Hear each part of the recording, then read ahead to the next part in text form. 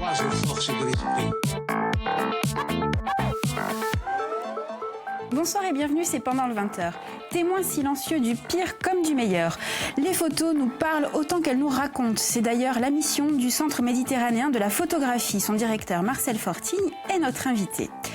Autre objectif, autre point de vue, Marie-Ange Philippe nous présentera le travail d'Hervé Baudat et ce sera notre focus en noir et blanc. Bonsoir Marie-Ange. Bonsoir. Marcel Fortigne, bonsoir. Bonsoir. Et merci d'avoir accepté notre invitation. C'est moi qui vous remercie. Je le disais, vous êtes directeur du CMP, le Centre méditerranéen de la photographie, qui a été créé en 1990, je crois, oui. Et dont la mission principale est de constituer un fonds photographique sur la Corse et bien sûr de le diffuser. Alors, à quel besoin a répondu la création de ce centre ? Eh bien, la création de ce centre a répondu à un besoin déjà d'avoir une collection sur la Corse et sur la Méditerranée, une collection de photographies avec des visions un petit peu décalées, en dehors de l'image d'Épinal, collection qui a permis de confier des regards à différents auteurs de styles et d'origines différents, qui ont travaillé sur des thématiques, pour ce qui concerne la Corse, des thématiques très différentes. Comme par exemple le paysage, l'humain, le fantastique, les rapports entre le paysage urbain et le paysage naturel, les limites entre l'urbain et le rural. Qui sont de plus en plus flous. Voilà, oui. Si vous voulez, un travail de fond sur les quartiers dits priorités de la ville dans le cadre de la rénovation urbaine, notamment sur Loupine, Montésor, au quartier sud des centres anciens. Bref, il y a eu tout un tas de regards qui ont été portés comme ça sur ces thématiques. Et puis, il y a aussi cette vision sur le reste du monde, notamment sur la Méditerranée, puisque le centre s'appelle Centre méditerranéen de la photographie. En 90, j'ai décidé de l'appeler comme ça parce que je considérais que la Corse était quand même une île importante en Méditerranée, avec tout son potentiel, et qu'elle méritait d'avoir une structure culturelle digne de ce nom en Corse. Alors comment se constitue ce fonds? Comment on l'enrichit? Je crois qu'il y a près de 1000 œuvres. Il y a 1 millier d'œuvres. Alors le fonds s'est enrichi et continue de s'enrichir un petit peu moins maintenant, mais jusqu'à présent, c'était soit des commandes photographiques, c'est-à-dire la commande est un principe qui permet de choisir un auteur en fonction de sa démarche, en fonction du regard qu'il porte sur le monde. Les commandes sont passées en fonction de thématiques aussi, donc il faut trouver un auteur qui corresponde à la thématique. On lui propose un cadre, il accepte, et bien sûr les images qu'il réalise sont libres et il a entièrement... Carte blanche. Non, j'aime pas la carte blanche, parce que carte blanche, on fait ce qu'on veut. Or là, il y a un cadre, mais à l'intérieur de ce cadre, il met ce qu'il veut. Voilà, c'est plus, je trouve, plus harmonieux comme construction. Et puis il y a aussi les donations, des photographes qui ont fait des dons, et il y a les acquisitions qui se font lorsqu'on a des expositions temporaires, où soit on paye des droits de représentation, puisqu'il y a des droits d'auteur, un photographe ça vit de ses droits, donc il faut le payer. Soit ce sont des droits, soit si les prix des tirages sont à notre portée, à ce moment-là on achète 1 ou 2 tirages, et régulièrement le photographe à qui on achète 1 ou 2 tirages nous fait don d'un 3e tirage. Voilà. Donc ça se constitue un petit peu comme ça. Donc commande, don et acquisition dans le cas d'expos temporaires. Et vous ne sollicitez pas uniquement des artistes et des auteurs insulaires? Non, les artistes sont, on va dire, internationaux. C'est ce qui fait la richesse des différents regards. Et mettre en résonance à la fois les regards d'ici et d'ailleurs, c'est ce qui constitue un petit peu le fer de lance de la collection. Et comment vous les choisissez, ces artistes? Eh bien, ils sont choisis de façon très simple. Jusqu'à présent, il y avait un comité de pilotage jusque dans les années 2002, puisque avant le transfert des compétences à la collectivité de Corse, collectivité territoriale de Corse qui s'appelait jusqu'à l'année dernière, on devait avoir un comité de pilotage qui était composé de la CTC, de la DRAC, du ministère de la Culture, du FRAC, etc. Et donc, tous les ans, je proposais des sujets, des thèmes et des artistes. Et donc, il y avait une commission qui choisissait et qui validait ou pas mes propositions. Là, depuis 2002, ça se fait soit avec la région, je présente un programme tous les ans qui est validé ou pas. Et voilà, donc après je choisis les auteurs en fonction de leur engagement, dans la création artistique, en fonction du regard qu'ils portent, en fonction de ce qu'ils peuvent apporter à la fois à la collection qui est en train de se faire et ce qu'eux peuvent en retirer en vivant une expérience sur le territoire corse. Voilà. Alors, est-ce que j'ai répondu à votre question? Oui, tout à fait. Vous présentez régulièrement ces œuvres un peu partout en Corse, comme une scène itinérante ou un fond itinérant. Oui, oui. Est-ce à dire qu'il manque un lieu ou des lieux d'exposition en Corse? Alors, bien évidemment, il nous manque un lieu, nous, Centre méditerranéen de la photographie. Ça fait 28 ans maintenant que le centre existe. On a... Le FRAC, le Fonds régional d'art contemporain, tient un peu le même discours également sur ce manque-là cruel de lieux d'exposition. Nous n'avons pas de lieu. On a des bureaux, donc c'est vrai que depuis des années, nous essayons, il y a eu plusieurs tentatives, mais qui ont échoué. Là, il semblerait que la tentative et l'essai soient relancés. On va essayer de le transformer, voilà. Hein, on a 2-3 ans pour y arriver, mais c'est vrai qu'il nous manque un lieu. En revanche, le jour où on aura un lieu, on gardera ce côté itinérant, parce que c'est important d'être itinérant sur le territoire corse, comme à l'extérieur. À l'extérieur pour montrer la collection, pour montrer un petit peu une autre image vue à travers le regard d'artiste, mais aussi à l'intérieur de la Corse, parce qu'il y a des endroits où il faut apporter un petit peu un savoir, apporter des expériences, et dans le rural notamment, et je trouve que c'est très important d'aller dans le rural et d'avoir des lieux qui puissent accueillir des expositions. Alors, le principe d'une collection, c'est aussi de montrer des originaux. Aujourd'hui, on est dans les générations écrans, il y a 3 écrans devant nous, là, donc on fait passer des images comme ça, mais ce qui compte, c'est d'avoir l'original. L'original ne remplace pas la reproduction. Donc c'est important aussi que dans le rural et dans des endroits où il n'y a pas de lieu d'expo, on puisse avoir accès à l'original. Cependant, si on ne peut pas y avoir accès, il y a d'autres méthodes, d'autres moyens avec les nouvelles technologies qui permettent de diffuser un savoir et une collection. Vous l'avez dit, Marcel Fortine, vous ouvrez le fonds à des artistes, à des auteurs étrangers dont le travail porte non pas sur la Corse, mais sur la Méditerranée également, voire la Méditerranée élargie. C'était le cas dernièrement à Ajaccio, avec l'exposition La bataille de Mossoul, présentée donc à l'Espace Diamant. C'était en mars dernier. C'est ça, au mois de mars. Alors l'exposition, des photographies signées Laurent van der Stokt pour Le Monde. On parle peut-être quelques mots sur l'auteur. Oui, Laurent multi-récompensé et habitué aux zones de guerre. Laurent van der Stokt est aujourd'hui un des plus grands reporters de guerre, photographes de guerre. Il est pour moi dans la lignée des Don McCullin, des Robert Capa et des Steve McCurry. C'est vraiment un grand monsieur que je connais maintenant depuis 20 ans. Voilà.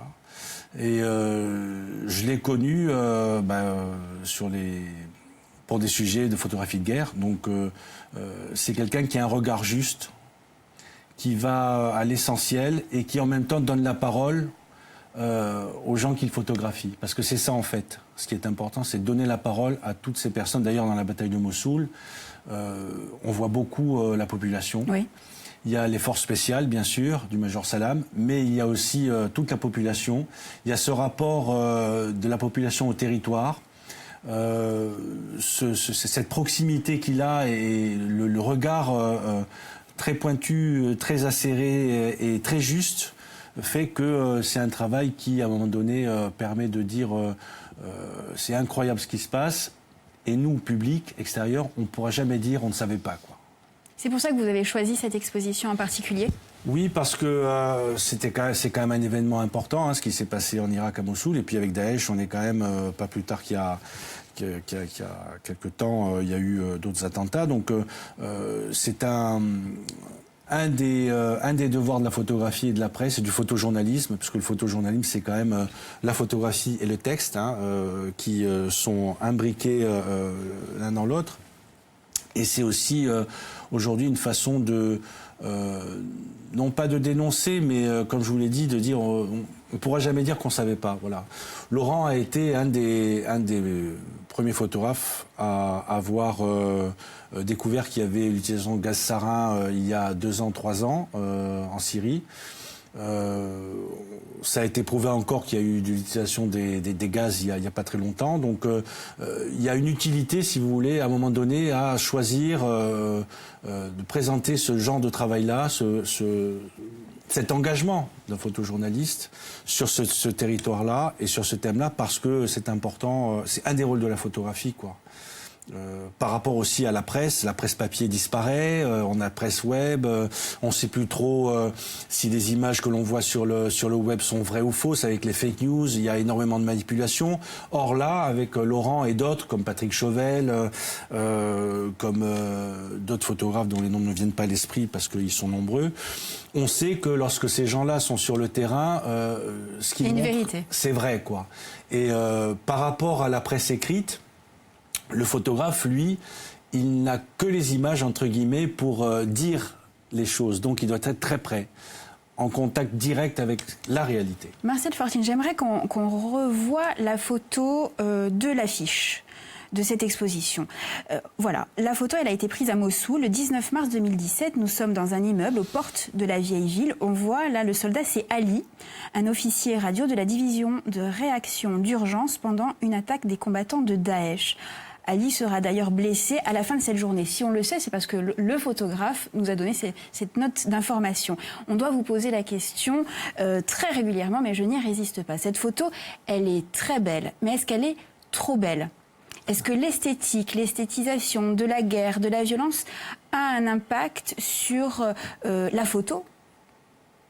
De toute manière, ce qu'il faut se dire, c'est qu'il y a de l'esthétique partout. Dans la tasse, dans l'écran, sur le stylo, sur vous, sur moi, sur tout le monde. Il y a l'esthétique partout.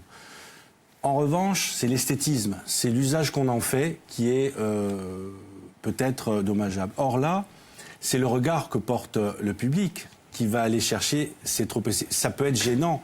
Et c'est vrai que ça peut être gênant. Mais en même temps, Laurent, lorsqu'il photographie cette situation, il faut s'imaginer qu'autour, il y a d'abord une odeur terrible. Ensuite, il y a un bruit terrible. Il y a une menace terrible. Il y a eu des bombardements. Il y a des snipers de partout. Et le regard de cet homme-là qui est complètement effrayé, il se demande si il va vivre ou pas.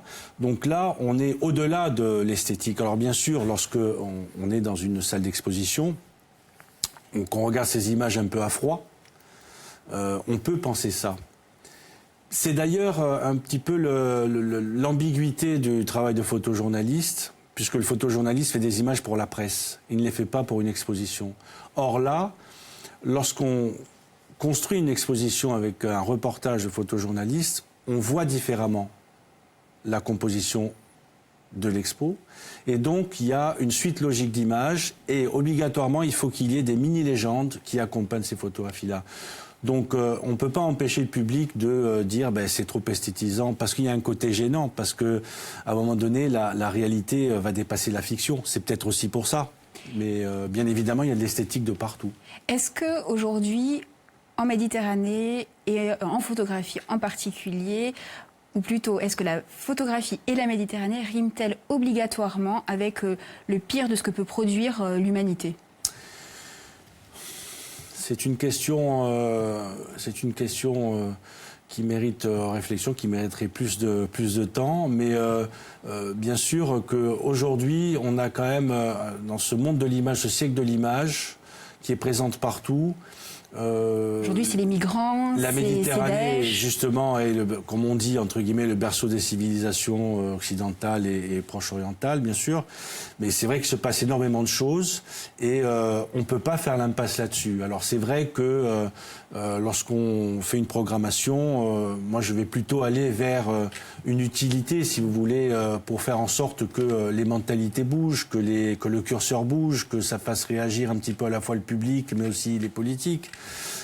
C'est vrai qu'on peut présenter aussi un paysage, on peut présenter un travail sur l'olivier en Méditerranée. Bon, on l'a fait, on le refera, mais parfois il y a des urgences, et notamment en Méditerranée, la pollution, les migrants, les conflits, la précarité, l'exclusion. Donc je pense qu'aujourd'hui, il faut pas se mettre faut pas se cacher, quoi. Et il faut travailler là-dessus. Parallèlement à ça, on a actuellement une photographe en résidence qui travaille sur le paysage en Méditerranée, mais vu à travers la jeunesse corse. Puisqu'elle démarre un travail c'est Anne-Marie Filaire, elle démarre un travail sur l'ensemble du bassin méditerranéen en Corse, c'est son premier pas. Elle va ensuite aller en Italie, en Algérie, au Caire et au-delà. Donc vous voyez, il y a aussi d'autres problématiques qui viennent se greffer sur cette Méditerranée chaude et brûlante, quoi. Connaissez-vous, Marcel Forcine, le photographe Hervé Baudat? De nom, je connais peu son travail. Alors Marie-Ange Philippe va nous présenter justement son œuvre, son travail. C'est un nom qui n'est peut-être pas inconnu des lecteurs de Mediapart puisqu'il a publié quelques portfolios sur ce média. C'est un photographe originaire de Monachi, en Corse du Sud, et son village sera son premier terrain d'expérimentation puisqu'il photographiera inlassablement les paysages mélancoliques et sauvages de cette région. Son point de départ, c'est l'ennui, tout simplement. La photo est un passe-temps, ça devient très vite un besoin. Et à Monachi, donc, il photographie le temps immobile, les villages déserts, les générations qui défilent. Il a une maîtrise presque naturelle du noir et blanc et du gris qui l'aide à fixer justement ces instants de langueur. Je pense qu'on voit quelques images à l'écran. Hervé Baudat, c'est d'abord une posture. Le photographe travaille beaucoup le noir et blanc, on l'a dit. Il se met un petit peu à la couleur récemment et il s'attache au spontané et à l'authentique. Alors vous allez me dire, ce sont deux mots fourre-tout. Oui, je sais, mais ils ont une importance particulière parce que dans ses portraits, comme dans ses mises en scène, comme dans ses photographies de rue, l'important, c'est l'impulsion, le jaillissement. C'est ça qui fait l'intérêt de ces photos. Alors aux côtés de l'impulsion, il y a toujours la discipline. Pour Hervé Baudat, pas de numérique, que de l'argentique. Pratiquement que de noir et blanc et aucun recadrage. Il ne retaille jamais ses photos. Est-ce un technophobe? Je ne pense pas puisqu'il ne jette pas la pierre aux autres. En tout cas, ces contraintes le poussent à affiner son œil et sa prise de vue. Lorsqu'on regarde d'ailleurs le site d'Hervé Baudat, on apprécie bien sûr le détail et la rigueur du photographe. Et on a l'impression que c'est un peu le cliché du photographe sac à dos sur l'épaule qui arpente les rues et les pays de la Roumanie aux Carpates en passant par l'Écosse. Or, il n'en est rien. Il n'est pas à une contradiction près. Il s'avoue assez sédentaire et envisage le métier de la plus honnête façon qu'il soit parce qu'il dit que, en fait, l'ailleurs peut être un formidable tremplin, mais aussi une espèce de façade marketing. Il dit, je le cite lors d'une interview donnée à Isabelle Roche, « Il y a un flux migratoire de photographes et d'appareils Leica vers l'Afrique et l'Orient. C'est la trajectoire conseillée et recommandée du jeune ou très jeune rapporteur d'images. Pour moi, ces histoires de photographes engagés, c'est comme les chanteurs engagés. Il n'y a souvent pas grand-chose derrière. N'est pas de pardon qui veut. » Voilà, c'est dit. Le seul voyage en fait qui intéresse Hervé Baudat, c'est le voyage de l'âme, si tant est qu'elle existe, son instabilité, sa profondeur, et l'onirisme est toujours au centre de sa photographie, même dans les thèmes les plus cruels, même dans les photos les plus réelles entre guillemets. Il a d'ailleurs réalisé une série de portraits dans des hôpitaux et des services de gériatrie sur des patients atteints d'Alzheimer, et on n'est pas du tout dans le photoreportage pour le coup. C'est une série de portraits singulier qui capture une espèce de contraste, une espèce d'oxymore, la détresse et la beauté de l'âme humaine. Alors je vous conseille pour voir toute l'ampleur et le détail de son œuvre d'aller sur le site hervébaudat.com et il a sorti un livre « Tout doit disparaître » aux éditions Berger et un ouvrage collectif « La France vue d'ici » où il y a des photos de Monachi à Dolène. Voilà, on ira voir ça avec enthousiasme, Marie-Ange. L'argentique, ça vous parle, Marcel Forcine? Et oui, puisque moi je travaille en argentique. Et bon, ben voilà, tant qu'il y aura de la péloche, j'utiliserai la péloche jusqu'au bout. Très bien. C'est comme ça. Est-ce que vous êtes, comme dirait Marie-Ange, technophobe ou... Non, j'ai choisi il y a très longtemps le noir et blanc, le film Kodak Tri-X-Pan, et voilà, je suis très bien avec ça. J'ai pas besoin d'autre chose. Après, de temps en temps, je fais des images numériques avec mon téléphone, mais c'est comme des prises de notes, voilà. Il y a un autre rapport au sujet. Avec l'argentique, en tous les cas, moi, si vous voulez, il y a un autre rapport déjà à l'appareil, à l'objet, puisque lorsqu'on a un boîtier, que ce soit une chambre photographique ou un moyen format, la chambre photographique, déjà, on fait pas 36 vues, on a des châssis, des plans films, on fait peut-être dans la journée 5, 6, 7 photos en fonction de la lumière. Ensuite, si on a un 24-36, on a déjà ce rapport, puisqu'on porte l'œil vers le viseur.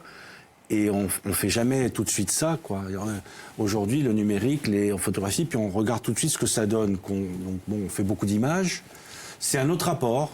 Je pense que pour moi, il y a une proximité plus intéressante avec ce geste-là qu'avec ce geste-là. Voilà. C'est plus éloigné pour soi-disant mieux voir, mais pour moi, c'est moins voir. En même temps, il y a le numérique est intéressant, si tant est qu'on l'utilise un peu comme l'argentique. Voilà. C'est une démarche, une méthode de travail, une méthode de réflexion. Vous l'avez dit, Marcel Fortine, le CMP accompagne certains auteurs, certains artistes. Comment les choisissez-vous? Comment les sélectionnez-vous? C'est en fonction de ce qu'ils font, de leur engagement artistique, des thématiques que l'on choisit. On suit un petit peu leur évolution, leur carrière. Je vais régulièrement dans des festivals où je suis invité, donc forcément je rencontre beaucoup de gens. Et puis il y a des artistes qui m'envoient leur dossier, qui me contactent, des artistes d'ici ou d'ailleurs. Donc on se rencontre, on voit, et lorsqu'il y a quelque chose qui est possible, on le fait, voilà. Mais ce qui est important, c'est il faut pas monter une expo pour dire j'ai fait une expo, quoi. Voilà. Je pense que surtout quand on fait une première expo ou qu'on montre pour la première fois un travail, je pense qu'il faut vraiment bien réfléchir, bien sélectionner son travail, parce qu'une fois que c'est sur les murs, c'est terminé, quoi. Donc faire une expo pour faire une expo, ça sert à rien, quoi. Ce sera votre conseil du soir. On va dire ça comme ça. L'éducation à l'image fait également partie des missions du Centre méditerranéen de la photographie, auprès des scolaires, mais pas seulement. Oui. Est-ce qu'il y a des événements ou des animations qui sont prévues? Oui, de toute manière, l'action pédagogique est très importante. On a à peu près entre 5 et 600 jeunes qui pratiquent la photographie par an. Alors, je dis par an, c'est par année civile, puisque avec l'éducation nationale, on fonctionne aussi par année scolaire, donc c'est à cheval sur 2 années civiles. Oui. Mais nous, dans notre programmation, c'est l'année civile. Donc on travaille à peu près avec 500-600 jeunes. Des actions pédagogiques sont menées par Valérie Rouillet, qui est ma collaboratrice, qui s'occupe de monter des projets avec les différents établissements, où l'outil photographique devient là un élément d'expression et d'interrogation et d'appréhension et d'approche du monde qui l'entoure pour le jeune, pour l'élève. Et puis, bien sûr, on a également, j'ai pas tous les projets en tête là, mais régulièrement il y a des actions qui sont menées, et ça, vous pouvez les découvrir sur notre page Facebook. En revanche, on a réalisé un très très beau projet l'année dernière, pendant 2 ans, qui s'appelle Femme Lab, avec Jane Evelyn Atwood, où on a là travaillé avec 6 femmes des quartiers sud de Bastia et du centre ancien, qui ont été formées à la photographie, qui étaient des amatrices en photographie. Et on a formé leur regard et on leur a donné des thématiques à travailler, c'est-à-dire mes amis, mes lieux communs, la rue, ma maison, pour qu'elles posent leur regard sur le monde qui les entoure et pour donner la parole aux femmes par l'image. Voilà. Et avec tout ça, il vous reste malgré tout encore du temps pour exercer votre art, puisqu'en novembre prochain sortira Ditchot. Ditchot, oui. Alors 18, Ditchot, voilà, on voit la une. 18, bien sûr, Bleu Horizon.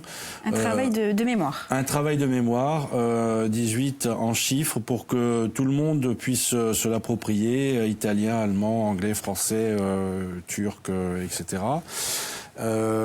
Tous les pays qui ont été concernés par la Grande Guerre. Et ce travail-là est parti d'une photographie que l'on voit en couverture, là, qui était dans mes archives. Photographie de famille, une petite photographie faite avec probablement un Vest Pocket Kodak, les premiers appareils qui ont été utilisés sur les champs de bataille à partir de 1915. Et cette photographie-là était le point de départ d'un hommage rendu à tous ces soldats qui ont combattu et qui se sont illustrés et qui n'ont pas forcément eu des sépultures, qu'on n'a pas forcément retrouvées, mais dont on sait qu'ils se sont illustrés. Et c'est la raison pour laquelle je suis parti sur des paysages de la Grande Guerre dans le nord de la France et dans l'Est, que j'ai photographié. Voilà. Et à partir de ça, j'ai introduit aussi du texte, puisque à cette époque, l'écrit était très important pour les soldats qui étaient au front. Apparaître au mois de novembre. Chez Transphotographique Presse. Chez Transphotographique Presse. Les prochains rendez-vous du CMP. Alors, prochain rendez-vous, on va dire qu'à l'automne, on aura une grosse partie de la collection du centre qui sera présentée à la bibliothèque universitaire à Corté. Ça, c'est une exposition, c'est une première, parce que je suis très fier de ça avec toute l'équipe de la BU. On est très content de ça, puisque j'interviens aussi en tant que vacataire à la fac, donc ça va permettre aussi de montrer des originaux aux étudiants. Et puis il y a, normalement, il devrait y avoir au mois d'août à Cargèse la bataille de Mossoul, puisque sa directrice a souhaité la présenter. Est-ce que vous imaginez publier ou éditer un catalogue des œuvres du CMP du Alors, il y a un Centre catalogue qui existe, sorti en 2002, qui s'appelle L'image d'un territoire, mais là, j'ai en projet, il va falloir trouver des sous, en projet... On passe l'appel.